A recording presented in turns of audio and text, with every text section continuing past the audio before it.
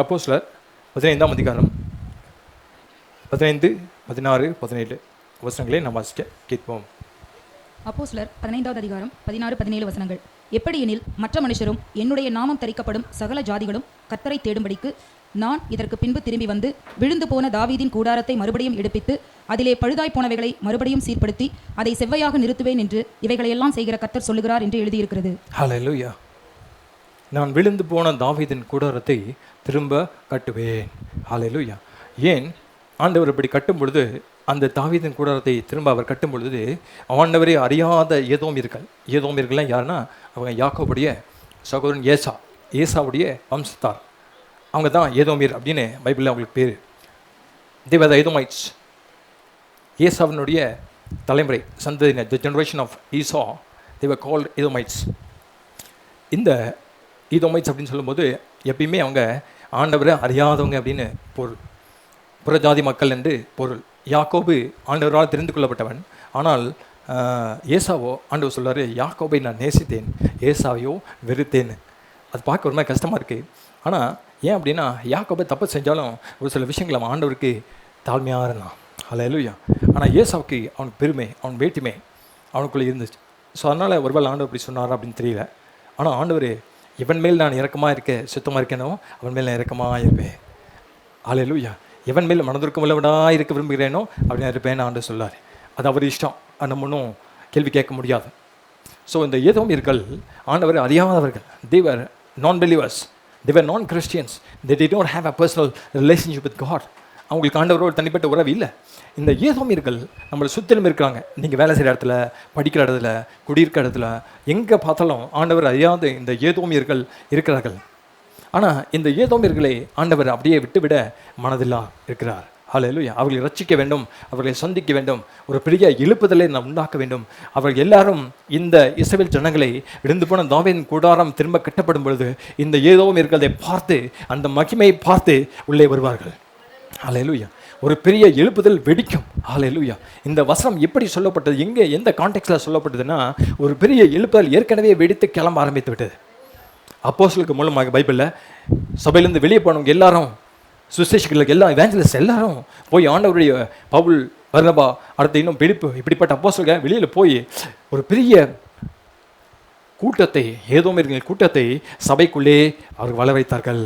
ஹல்லேலூயா. அற்புதங்கள் அடையாளங்கள் மூலமாக அந்த ஆத்துமாக்களை எல்லாம் உள்ள சபைக்குள்ளே கூட்டம் கூட்டமாக ஜனங்கள் வந்தார்கள். ஹல்லேலூயா. இப்போது அவங்க உள்ளே வரவங்களோட கூட்டம் அதிகமாச்சு. ஹல்லேலூயா. ஆனால் பார்த்தீங்கன்னா அவங்களோட வாழ்க்கையில் இந்த விதமான ஒரு பெரிய மாற்றத்தை அவங்க நினச்சிட்டாங்க. இப்போது சின்ன வயசுலேருந்தே சண்டே ஸ்கூலு, அப்புறம் யூத் மீட்டிங்கு, அப்படி போன ஒரு பையன் பிள்ளைக்கு எப்படி நடந்துக்கணும்னு தெரியும். காலேஜ் படிக்கும்போது காலேஜ் போனால் அந்த சின்ன வயசில் அவங்க படித்த அந்த ஒழுக்க நெறிகள், ஸ்கூலில் படித்தது, சபையில் படித்தது எல்லாமே அவங்களுக்கு வந்து யூஸாக இருக்கும். அதை பயன்படுத்துவாங்க. அவங்களுடைய வாழ்க்கை ஒரு ஒழுக்க நெறி உள்ள ஒரு வாழ்க்கையாக இருக்கும். ஆனால் தர்ச்சிக்கே போகாமல், ஒரு நல்ல படிப்பில் இல்லாமல், ஒரு ஸ்கூலுக்கு போகாமல், நல்ல மேனரிசம்லாம் கற்றுக்கொள்ளாத ஒரு நபருடைய பேச்செல்லாம் பார்த்திங்கன்னா அப்படியே அசால்ட்டாக இருக்கும். இப்போ நல்லா படித்தவங்களுக்கும் படிக்காதவங்களுக்கும் வித்தியாசத்தை நீங்கள் பார்க்க முடியும். நல்லா கொஞ்சம் படித்தவங்க அவங்க பேசுகிற பேச்சு வந்து மற்றவங்களை காயப்படுத்திடாமல் கொஞ்சம் டீசெண்டாக பேசுவாங்க. ஆனால் ஒரு சில படிக்காதவங்க, அவங்களுக்கு எல்லாரையும் நான் சொல்லலை, படிக்காதவங்க நான் மொத்தமாக எல்லாரையும் சொல்லலை, ஒரு சிலருக்குள்ளே அந்த அவங்க எப்படி அந்த மக்களை நடத்தணும் அப்படிங்கிற அந்த மேனர்ஸ் தெரியாதனால அராஜகமாக பேசுவாங்க. அவங்க பேசுறது தான் கரெக்ட் அப்படின்ற மாதிரி பேசுவாங்க. பார்த்துருக்கீங்களா? அப்போது இந்த மாதிரி அசாதாரணமாக வாழ்ந்தவங்க இந்த ஏதோமியர்கள் எல்லாமே இப்படிப்பட்டவர்கள் அப்படின்னு பைபிள் சொல்லுது. இவங்களோட வாழ்க்கையில் இவங்களை பொறுத்த வரைக்கும் ரட்சிக்கப்பட்டு மட்டும்தான் இருக்காங்க, ரட்சிப்பை மட்டும் ஆண்டு கிடச்சிருக்குது. ஆனால் அவங்க வாழ்க்கையில் எந்த விதமான ஒரு மாற்றம் வரவில்லை. ஹல்லேலூயா. அவங்க பேச்சு மாறல, இன்னும் வாயில் கெட்ட வார்த்தை, இன்னும் இச்சையாக யோசிக்குது, இன்னும் விஷயத்தனம், இன்னும் வச்சாரம் அவங்க வாழ்க்கையில் காணப்படுச்சுன்னு நம்ம வாசிக்கிறோம். இவங்களோட லைஃப் ஸ்டைல் மாறலை. இவங்க நினச்சிட்டாங்க, ரட்சிக்கப்பட்டோம், சர்ச்சைக்கு போயிட்டோம், ஞானசனம் எடுத்துட்டோம், அவ்வளோதான், நம்ம நீ பரலோகம் போயிடுவோம், நம்ம இருக்க மாதிரியே இருந்துக்கலாம், நம்ம சபைக்கு போனால் பரலோகம் போயிடுவோம் அப்படின்ற மாதிரி ஒரு நம்பிக்கையில் இவங்க எல்லோரும் ஒரு பெரிய கூட்டம் உட்காந்துட்டு இருந்தாங்க. பெரிய கூட்டமாக ஜனங்கள் ரசிக்கப்பட்டு வந்தாங்க. ஆனால் அவங்களுக்கு சரியான போதனை இல்லாமல் இருந்துச்சு. they did not know the exact doctrines of the apostles. so what happens, இங்கே என்ன நடக்குதுன்னா, இந்த பிரச்சனையை இவங்க எல்லாரும் ஹேண்டில் பண்ணுறாங்க. அப்போஸ்தலர்கள் எல்லாம் சேர்ந்து உட்காந்து, சரி இது ஆண்டவருடைய எழுப்புதலின் காலம். ஹல்லேலூயா. ஆண்டவர் ஆமோஸ் 9ஆம் அதிகாரத்தில் சொன்ன இந்த தீர்க்க தரிசனம் நிறைவேறி கொண்டிருக்கிறது. ஹல்லேலூயா. நிறைய ஏதோமியர்கள் சபையை நோக்கி வருகிறார்கள். ஒரு டைம் பேசினா 2000 பேர், இன்னொரு டைம் பேசினா 3000 பேர், இன்னொரு பிரசங்கத்துல 5000 பேர். பவுல் போய் பிரசங்கம் பண்றாரு. பைபிள் சொல்லுது ஆசியா முழுவதும், அந்த பட்டணம் முழுவதும் ஆண்டவருடைய சுவிசேஷத்தை கேட்டாங்களாம். The whole city heard the gospel through one man. So people were flocking into the church. Hallelujah. இது கடைசி காலம் ஒரு எழுப்புதலை குறிக்கிறது. Hallelujah. அப்போஸ்தலர் யாக்கோபு இங்க தெளிவா சொல்றாரு, ஒரு பெரிய ஏதோமியர்கள் கூட்டம் சபைக்குள்ள வந்திருக்கு, ஆனா அவங்களோட வாழ்க்கை இன்னும் அதே மாதிரி இருக்குது. ஹல்லேலூயா. அது கொஞ்சம் மாறதுக்கு ஒரு சில பைபிளில் போட்டிருக்கிற முக்கியமான ஒரு சில கோட்பாடுகள், பிரின்சிபல்ஸை அவங்களுக்கு நம்ம சொல்ல வேண்டும் என்று சொல்லி அப்படி வகையறுத்து மேலே படிக்க நமக்கு டைம் இல்லை.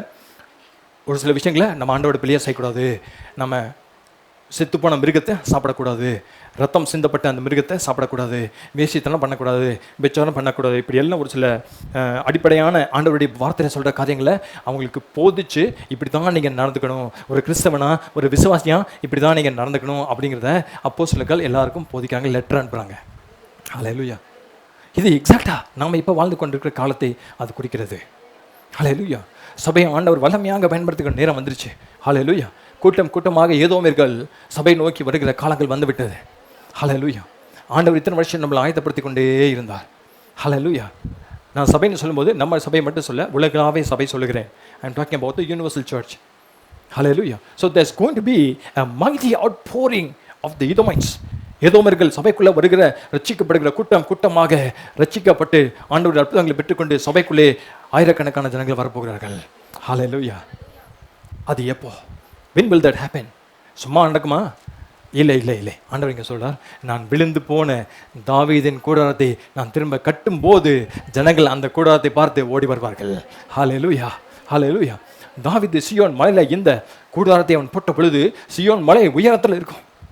உயரத்தில் ஒரு பெரிய கூடாரம், அதில் விளக்கெறிஞ்சிட்டே இருக்கும். எந்த நேரமும் பாட்டு சத்தம் கேட்டுக்கிட்டே இருக்கும்.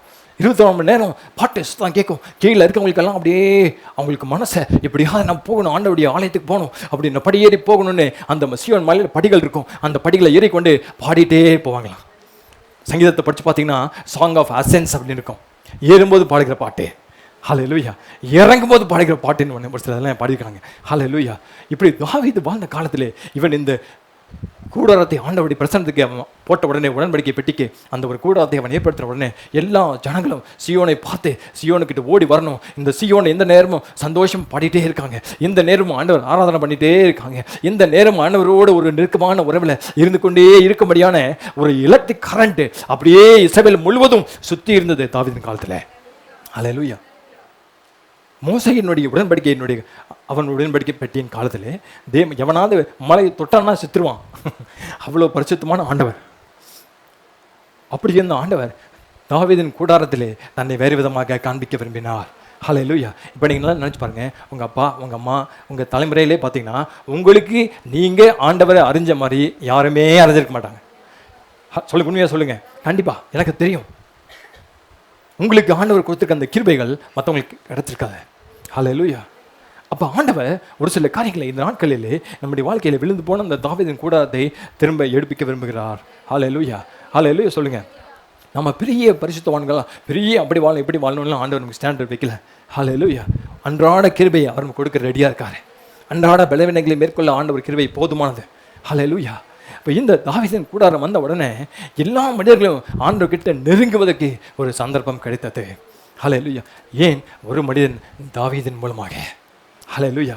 அவனுக்குள்ள இருந்த அந்த சுயநலமற்ற அந்த இருதயம், நான் இப்படி ஆண்டவரை ஆராதிக்கிறேனோ, எனக்கு எப்படி ஆண்டவரோடு ஒரு நெருக்கமான உறவு இருக்கிறதோ அதே உறவை எல்லாருக்கும் ஏற்படுத்த நான் விரும்புகிறேன். ஹல்லேலூயா. So David wanted the whole of Israel to seek the Lord. ஹல்லேலூயா. அதனால தான் முதல் பாட்டு எழுதி ஆசாப் கையில் கொடுக்குறான். இந்தாப்பா முதல் பாட்டு என்னோட தான் இருக்கணும். ஹல்லேலூயா. சங்கீதம் 105 எழுதி கொடுக்குறான். கொடுத்த உடனே சொல்ல, கர்த்தரை நாம் தேடுவோம். ஹல்லேலூயா. அவர் வல்லமையை நாம் தேடுவோம், அவர் சமூகத்தை நித்தமும் நாடுவோம். ஹல்லேலூயா. இப்படி ஒரு தேவனை தேடுகிற ஒரு வைராக்கிய நெருப்பு பழைய ஏற்பாட்டில் தாவீதின் காலத்தில் மட்டும்தான் இருந்துச்சு. ஹல்லேலூயா. ஹல்லேலூயா. தேவன் எல்லாரோட பேசினார்.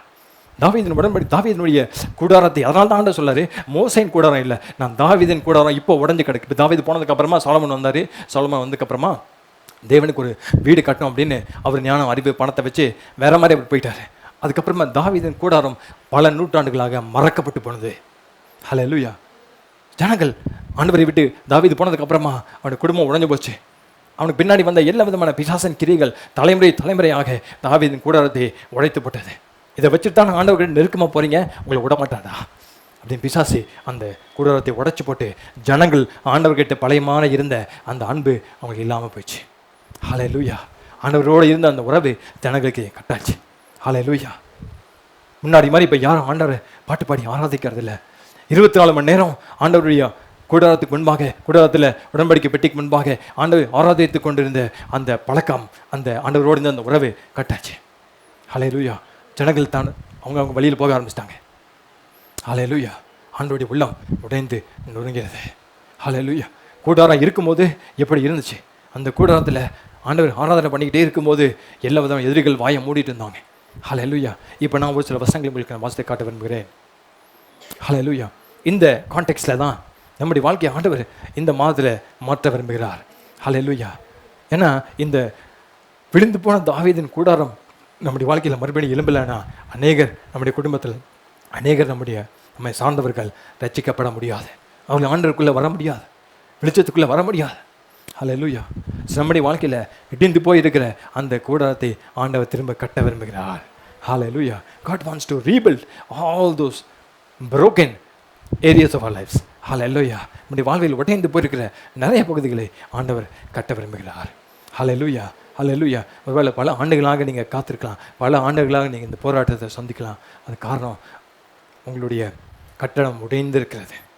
சந்தோஷம் என்னும் அந்த கட்டடம் உடைந்திருக்கிறது. நிம்மதி, சமாதானம், செழிப்பு, ஆசீர்வாதம் என்னும் கட்டடம் உடைந்திருக்கிறது. ஹல்லேலூயா. ஹல்லேலூயா. ஆண்டவரை உண்மையாக ஆராதிக்கிறவன் சந்தோஷமாக இருப்பான், மகிழ்ச்சியாக இருப்பான். ஹல்லேலூயா. அவன் மகிழ்ச்சியை கெடுக்கிற சின்ன ஒரு விஷயத்தையும் டக்குன்னு கண்டுபிடிச்சா சரி பண்ணிடுவான். ஹல்லேலூயா. ஹல்லேலூயா சொல்லுங்கள். இந்த விழுந்து போன இந்த தாவீதின் கூடாரம், அந்த கூடாரத்துக்கு இன்னொரு பேர் அமைக்கலாம். It can be named also as the tabernacle of joy. ஹல்லேலூயா. சந்தோஷம் அல்லது மகிழ்ச்சியின் கூடாரம் என்றதை சொல்ல முடியும். ஏன்னா ஆண்டவர் நம்ம ஆராதனை பண்ணிட்டு இருக்கும்போது அவருடைய சமூகத்தில் பரிபூர்ண ஆனந்தமும் அவருடைய வலது பார்சத்தில் நித்திய பேரின்பமும் உண்டு. ஹல்லேலூயா. அவருடைய சமூகத்தில் உண்டு.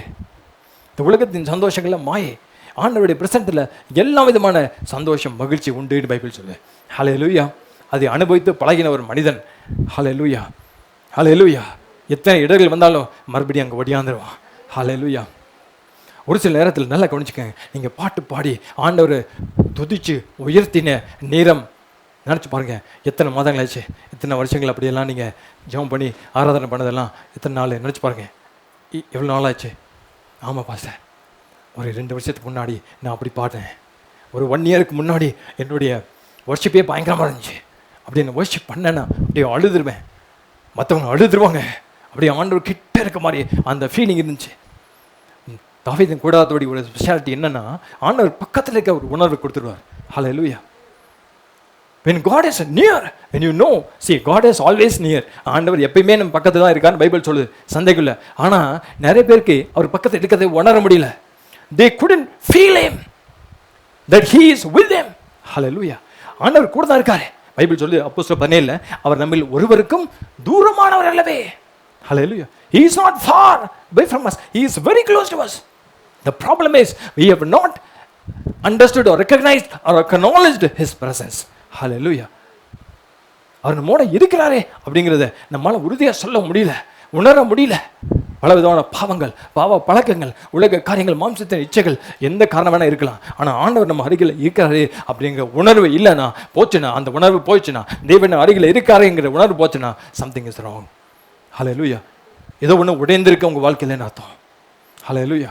ஆண்டவர் சொல்றாரு, ஹே, நான் திரும்ப இது மூலமாக உன்னை பார்க்குற நிறைய பேர் மூஞ்சி தூக்க வச்சுட்டு 6 மணி முகம், மூஞ்சில் மகிழ்ச்சி இல்லை, மூஞ்சில் சந்தோஷம் இல்லை. ஆனால் மற்றவங்க பார்த்து பிரச்சனை வரும்போது மற்றவங்களை விட ரொம்ப மோசமாக நம்ம பிஹேவ் பண்ணுறோம். ஆண்டவருடைய பிள்ளைன்னு பேர், ஆனால் நம்முடைய வாழ்க்கையில் ஆண்டவருடைய சந்தோஷம் இல்லை, மகிழ்ச்சி இல்லை, ஆனந்தம் இல்லை, விசுவாசம் இல்லை. இந்த எனக்கு அப்பவே தெரியும் இதெல்லாம் நடக்காது.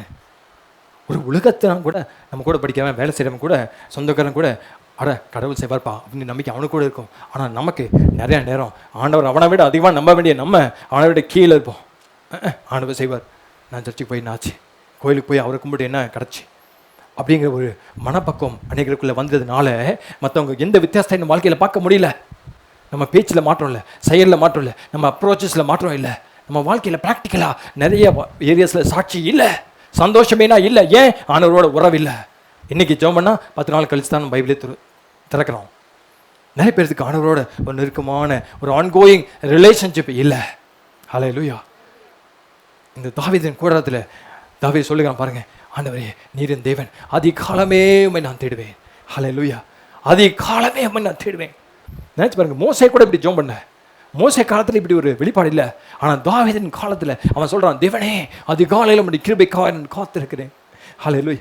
வறண்டதும் விடாய்த்ததுமான நிலத்தை போல ஆண்டவரே உமக்காக நான் ஏங்குகிறேன். ஹல்லேலூயா. உம்முடைய சமூகத்திற்காக நான் ஏங்குகிறேன் என்று சொல்லி இப்படியெல்லாம் பாட்டு எழுதியிருக்காங்க. ஹல்லேலூயா. ஆண்டவரோட நெருக்கமான உறவில் இருக்கவங்களுடைய வார்த்தைகள் இப்படி தான் இருக்கும். இந்த வார்த்தைகளை பார்த்து நம்ம கூட இருக்கவங்க, என்ன நீ உருமா இருக்கிற, என்ன நீ வித்தியாசமாக இருக்கிற, என்ன இந்த பிரச்சனை வந்தால் நீ தோண்டு போயிடுவேன்னு நினச்சா, ஆனால் நீ மகிழ்ச்சியாக இருக்க, சந்தோஷமாக இருக்கே, என்ன காரணம், எனக்கு அந்த ஆண்டவர் வேணும் அப்படின்னு சொல்கிற அளவுக்கு நம்ம வாழ்க்கையில் சாட்சி இல்லை. பிசாசு நம்ம சந்தோஷத்தை உடைச்சு போட்டான்.